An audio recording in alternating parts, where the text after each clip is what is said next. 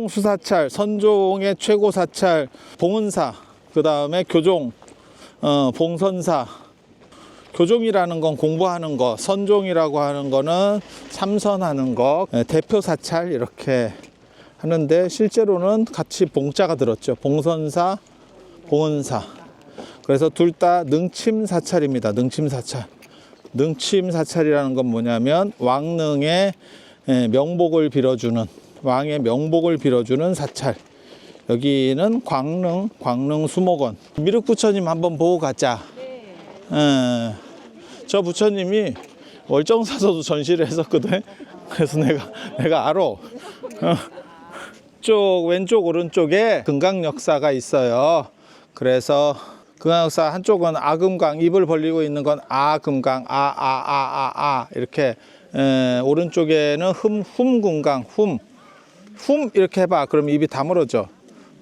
인도말에 알파벳으로 얘기하면 A가 아고 Z가 훔이야. 그래서 시작부터 끝까지 다 지키겠다. 그래서 금강저 들고 있는 거 봐봐. 저렇게 공이 같은 모습의 금강저도 있어요. 물론 뭐 진짜 금강저는 우리 같은 그런 거, 나 꺼내기 귀찮아서 안 보여줘야겠다. 위에 든 거는 바루를 들고 이제 미륵 부처님이 빨리 내려오시기를 기원하는, 그래서 막 이게 하이브리드로 지금 만든 거예요.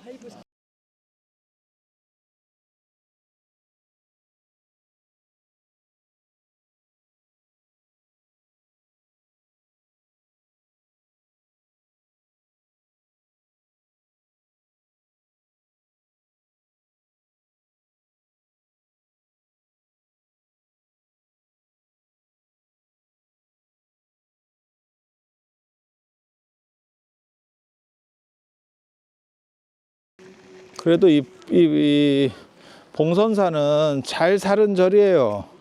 이게 6.25 때 전소가 되고 정각이 하나인가 남았고, 북두 칠성 있는 그 삼성각 하나 남고, 그리고 종 남고 뭐 이렇게 됐었는데, 그거를 스님들이 빨리빨리 복구를 해서 잘못했으면 폐사될 수도 있었던 위기의 상황을 잘 극복을 했고, 여기에 이제 운어큰 스님이 계세요. 예전에 교학적으로 굉장히 유명하신 운어 스님 계시고, 나중에 이제 월운 스님 계시고, 이런 분들이 어떻게 보면 진짜 교종 수사찰의 그 명목이 남은 거지. 이 봉선사는 세조의 능침사찰이라 했잖아. 세조의 명복을 비는 사찰이라 했잖아. 그러니까 언제 절이 지어졌겠어? 세조 돌아가시고 나서 지어졌겠지. 그죠? 그리고 임진왜란때 한번 홀라당 불났고, 그 다음에 한국전쟁 때 또 한번, 그래도 이렇게 잘 6.25 때 전소돼서 잘 복구한 절이 어떻게 보면 월정사, 이 봉선사 이런 절들이 잘 복구가 된 거예요.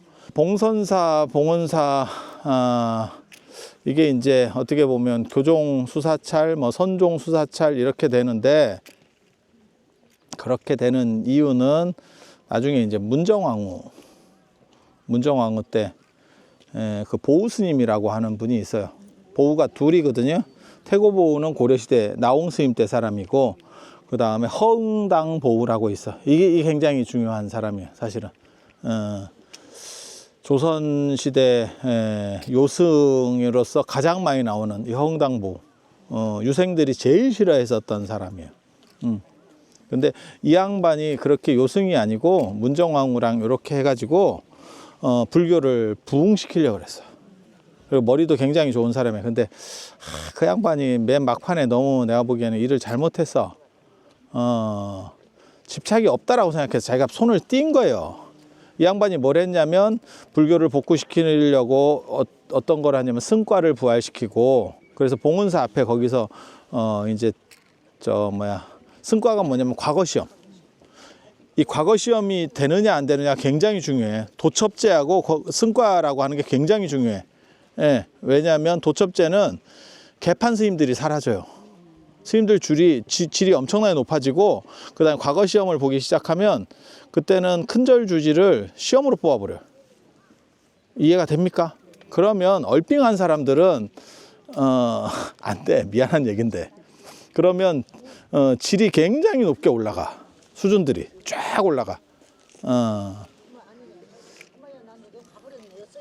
아유, 가버렸구만. 그래서 그 승과를 부활시키는 게 명종 때 문정왕후하고 이 보호스님이 했고, 그것 때문에 유생들이 더럽게 짜증내거든. 엄청 짜증내거든. 그때 잠깐 부활됐을 때 책임 사찰이 봉선사하고 봉은사예요. 봉선사하고 봉은사. 그리고 그 뒤로 나왔던 인물이 누구냐면 여러분이 아시는 서산대사하고 사명당입니다. 그때 승과 출신이에요. 그때 승과 출신. 그래서 그때 그게 안 됐으면 어떻게 됐을지 몰라 또. 그래서 그리고 결국 허웅당 보호는 제주도까지 유배가고, 그러니까 끝까지 자기가 이렇게 해서 하려고 했으면 되는데 나중에 어느 정도 이게 틀이 잡혔다고 생각하고 자기가 물러나요. 그게 이제 실수, 이 양반의 실수라. 물러나지만 저쪽은 죽이려고 했고, 그래서 결국 문정왕후가 사망하고 난 뒤에 문정왕후가 맨 마지막에도 그랬어요. 이제 죽일 것 같으니까 허웅당 보호스님을 살려라 라고 유지를 내리고 죽었지만 됐죠. 이미 뭐 갔는데. 그래서 제주도까지 유배를 가고 제주 목사 변협한테, 원래 유배인데 맞아 죽었습니다. 실록에 다 나오는 얘기예요. 조선왕조 실록에. 그러면 그 변협이 죄인이니까 죽이니까 뭐 죄를 받느냐? 안 해. 그 당시 정서가 누군가 그렇게 죽이기를 원했어. 위쪽 흐름 자체가.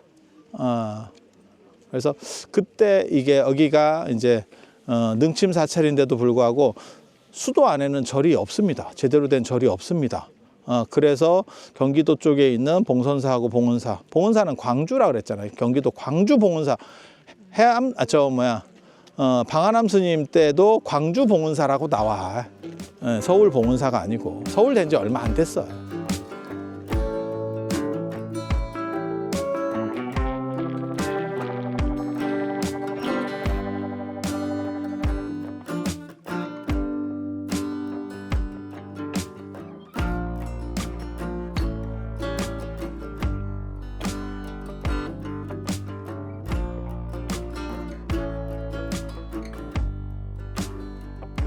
다 들어와 보셔.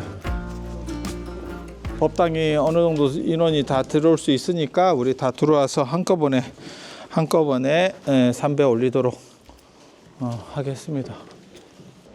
괴불, 거기 괴불함인갑다. 아유, 당신만 살은 괴불함. 진짜는 박물관에 모셨을 거예요. 이거는 아마 현대에 쓰는 다시 모사한 괴불함이지 않을까? 괴불이지 않을까? 그리고 원래 괴불을 모시는 사찰에 그거는 원래는 옆으로 구멍이 뚫려 있어요. 괴불함 들어오는 자리가. 근데 여기는 현대에 다시 짓다 보니까 부처님을 너무 뒤로 민 거야. 공간을 빼려고. 원래는 뒤에 공간이 있거든. 뒤에 공간이. 그 예불하다가 돌았어요. 예전에. 그거를 순당이라고, 지금도 중국절에 가면 예불하다 돌아요. 법당을 돌 때도 있고 마당을 돌 때도 있고 이러는데, 예전엔 예불하다가 사성례 같은 거 하면 정근하면서 법당 안에를 돌아버린다고 이렇게. 그래서 뒷공간이 있다고. 오래된 절은 전부 뒷공간이 있어. 뒷공간이 있어. 근데 요즘 절들은 이제 앞에 이제 신도를 많이 받으려고 뒤로 부처님을 밀다 보니까 뒷공간이 없는 거예요. 그래서 괴불이 아마 옆으로 이렇게 들어오는 것 같아. 뒷공간이 있을 때는 뒤에 개구멍이 있어가지고 그쪽으로 괴불을 넣었다 뺐다 하거든. 그게 사람들은 잘 몰라. 그게 뭔 구멍인지 잘 몰라. 근데 그게 괴불 구멍이에요. 괴불 구멍. 이 절 같은 경우는 양옆에 화엄경을 새겨 있어요. 그래서 그 운원 스님하고 그 월운 스님이 다 이 경전 번역에 동국역경원 하실 때 그 한글 대장경을 만드신 분들이야. 그래서 여기는 편액도 대웅전이라고 안 써 있고 큰법당 이렇게 쓰여 있어요. 그리고 여기 이런 것도 한글일걸? 이게 한글 대장경이에요. 그래서 읽으면 한글이에요. 이게 세주묘원품인가 뭐 그럴 거예요. 화엄경 세주묘원품인가 그런 걸 거야.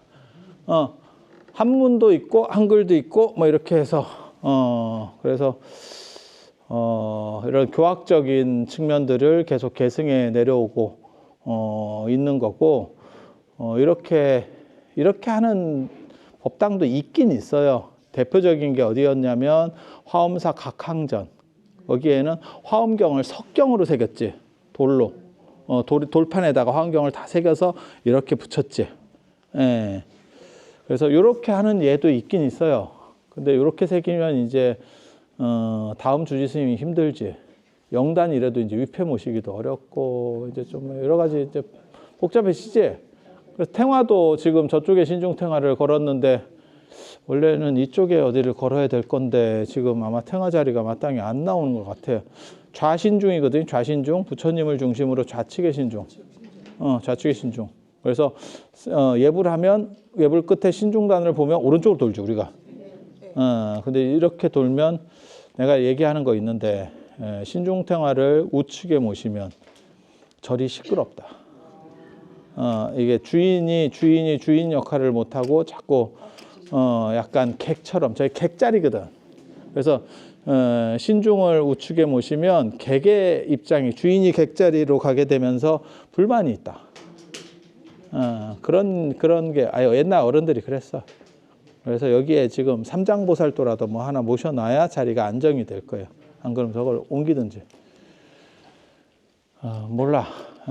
그런 식으로. 그리고 저쪽은 지금 일로왕보살. 영단이에요, 영단. 그리고 여기 지금 이제 앞에 향완 모셨네, 향완.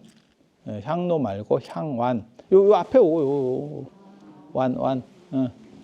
저게 이제 옛날 방식의 향로보다 약간 좀 오래된 방식의 저걸 완이라 그래요. 완이라 그래요.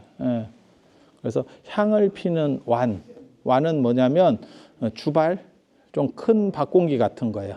그걸 완이라 그래. 그래서 저거를 은으로 만들고 거기다 이제 금으로 입사를 하면 은입사가 되는 거고 저거는 이제 요즘 칠보 붙이는 거예요. 근데 저렇게 해서 저게 재질이 뭔지는 내가 정확하게 모르겠는데 저게 동을 쓰든 은을 쓰든 마찬가지입니다. 저 칠보 하면 나중에 저게 벗겨져요. 그래서 저게 한동안 유행하다가 요즘 들어갔어. 근데 그 유행할 때 모셨던 것 같아요. 그래서 범어문을 새겨서 저렇게 칠보로. 그리고 가운데는 부처님이네, 그죠? 요즘 부처님이라서 얼굴이 상대적으로 작고 좀 날씬한. 조선시대 부처님은 얼굴이 크고 약간 살집이 있는 이렇게. 그래서 미감 자체가 다른 거예요.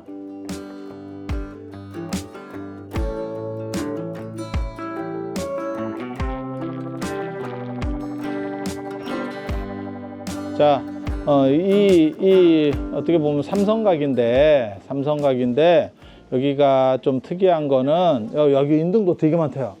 이런 걸 보고 무슨 생각이 들어? 부럽다. 부럽다. 뭐 영험한 걸 아는구나, 이 양반들이. 이 법당의 최대 특징은 나와 있는 겁니다. 나와 있다고. 앞에 상으로. 보통은 탱화만 있어. 양 옆에는 저건 모란이네. 모란꽃. 목단. 그래서 가운데는 이제 치성왕열의 북극성. 가운데가 북극성. 가운데 별 하나 들고 있잖아요. 별 하나. 이쪽이 태양이에요. 태양인지 네가 어떻게 하냐. 이렇게 올라가 보면 저 연꽃 위에 저기 원래 빨간색으로 해야 되는데 이게 저 금색 비슷하게 했는데 이쪽은 하얀색, 다른 하얀색이에요. 그리고 여기다가 토끼 그림이 있는 경우도 있고 저쪽엔 까마귀 그림이 있는 경우도 있어요. 다 있어. 내가 말하는데 그렇게 안 돼 있으면 이거 그린 사람이 틀린 거예요. 요게 이제 북극성. 그 다음에 여기 부처님 세 분이죠. 여기 내분이거든요. 그게 북두칠성이야. 북두칠성. 그리고 그게 북두칠성을 부처님으로 의인화한 건데 그 북두칠성이 진짜 있어. 그 밑에 봐봐. 그러면 여기 셋, 여기 셋, 이 맞박에 요거 단분을 생각해. 여기 셋이야. 저거 아니야. 여기 셋, 이쪽에 넷, 이쪽에 넷. 이게 북두칠성이야. 나 별이에요. 이렇게 별을 이렇게 그린 거는 서구식이야. 우리는 동그라미로 그렸어. 별을 동그라미로 그렸어. 그래서 나 별이야. 이렇게 지금. 별이야. 그러니까 여기는 해, 달, 북극성, 북두칠성, 북두칠성. 이해되지? 이해되지? 그러면 뭐가 남냐면 너는 누구냐? 너는 누구냐가 남는 거야. 북두칠성이 뭐 하는 거냐면 죽음의 신이에요. 죽음의 신이에요. 그래서 7월 7일 날 칠성 기도를 하면 오래 산다는 거야. 장수한다는 거야. 그래서 예전에는 여기다 실타래 같은 걸 올리고 기도를 했었어. 그러니까 실 국수는 무조건 오래, 그 다음에 잘이라는 거야. 그리고 실하고 국수의 특징이 뭐냐? 거기서 올리는 거의 특징은 뭐냐면 흰색이어야 돼. 그러니까 물들인 거는 쓰면 안 돼. 그게 길하다. 나쁜 거를 쫓아낸다. 이런 의미예요. 그렇게 하는 거야. 그렇게. 그렇게. 자, 너는 누구냐? 이제 잘 여기 기억해놔. 너는 누구냐? 그리고 저 옆에 꽃 들고 이렇게 번들고 있는 거는 그냥 쫄갑지. 그러니까 우리식으로 하면 화동 뭐 이런 거. 그렇게 이제 기쁨조. 시다바리. 전문 용어로 시다바리. 얼찌리한 시다바리. 이렇게. 저 위에 3명씩 있어. 자세히 봐봐. 얘네 지금 깃발 같은 거 들고 있는 거예요. 이게 번 같은 거 이렇게 들고 장엄용으로 이렇게 해가지고. 자세히 봐봐. 뭐 깃발 같은 거 이렇게 들고 있잖아. 이렇게. 그 앞에서 예전에 그 잘 나가는 사람들이 있으면 앞에 착 해갖고 이렇게 하거든. 그런 생각하시면 돼. 3개. 저거 삼태육성이라고 하는 거야. 삼태육성. 삼태육성. 북극성 주변에 있다라고 하는 별자리예요. 그 삼태육성. 삼태육성. 그러면 너만 알면 끝이거든? 저 남극 노인성입니다. 저 잘못 그려서 그래. 원래는 이렇게 맞박을 이렇게 더 올려서 그려야 돼. 맞박을. 남극 노인성은 맞박이 올라. 그 수성이라 그래. 수성. 노인성은 생명을 주는 별자리예요. 그래서 남극 노인성을 수노인이라 그래. 여기는 산신. 영지를 들고 있는 거야. 영지. 그래서 영지버섯. 영지버섯 저 들고 있잖아. 부채는 백운선. 백운선. 흰 기치로 된 부채. 저 가장 유명한 저거 들고 있는 사람이 제갈량. 딱 이렇게 딱 저 백운선. 흰깃부채. 그래서 산신. 저 단군입니다. 단군. 저거 단군인 거 내가 밝혔어. 다 단군이고 여기 독성. 이게 굉장히 재밌는 게 이 독성 옆에 이거 보면 여기 사자들이 붙어 있어. 꼭 보고 가. 이런 경우는 별로 없거든요. 굉장히 재밌어. 사자가 붙어 있어. 여기 사자 3마리 있지.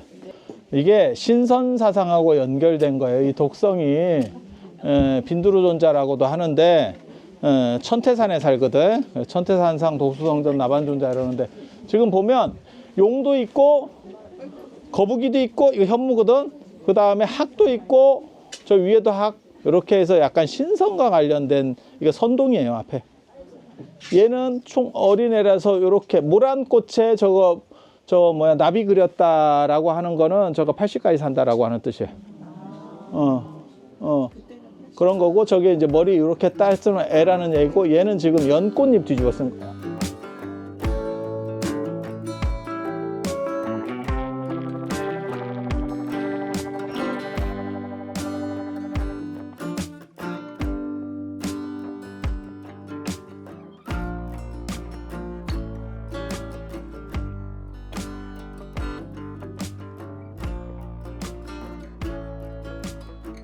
세조의 능침사찰 광릉 만들면서 같이 만들었던 종이에요. 근데 제가 얘기했잖아요. 이게 놀라운 일이라고. 보통은 종각이 불나면 종이 다 녹아버리는데 이 종은 살아남았어요. 그래서 운이 좋은 거야. 굉장히 좋아. 그런데도 이 종은 살아남았어. 그래서 지금 보물이 됐고 뭐 국보를 승격하려고 한다는데 남대문 불났는데도 계속 국보고. 세상에 이런 거지 같은 일이 어딨냐. 야, 가짜로 지었는데 국보가 어딨어. 그건 당연히 해제시켜야 돼. 당연히 해제시켜야 돼. 그럼 이번에 저 뭐야 고운사 불났는데 거기도 뭐 중요한 거 있었으면 그것도 다 계속 연결시켜 주나? 안 그래. 그럼 말 같지도 않아. 그러니까 이게 한국이 자꾸 너무 때법 비슷한 게 굉장히 많아. 이게 이렇게 되면 나라가 혼란스러워져. 왜? 우기는 놈이 너무 많이 나와. 계속 우기면 된다는 걸 이제 알거든. 그러니까 원칙이 없어지는 거야. 근데 기본 원칙은 있어야 돼. 그리고 미국이나 이런 나라 개판인 것 같아도 공권력이나 이런 원칙은 뚜렷해요. 선진국으로 갈수록 그 원칙은 더 뚜렷해. 그리고 후진국일수록 그런 원칙이 없어. 좋은 게 좋은 거로 다 해결해 주는 거야. 그래서 원칙이 좀 있어야 돼. 근데 몰라 또 어떻게 될지 모르지.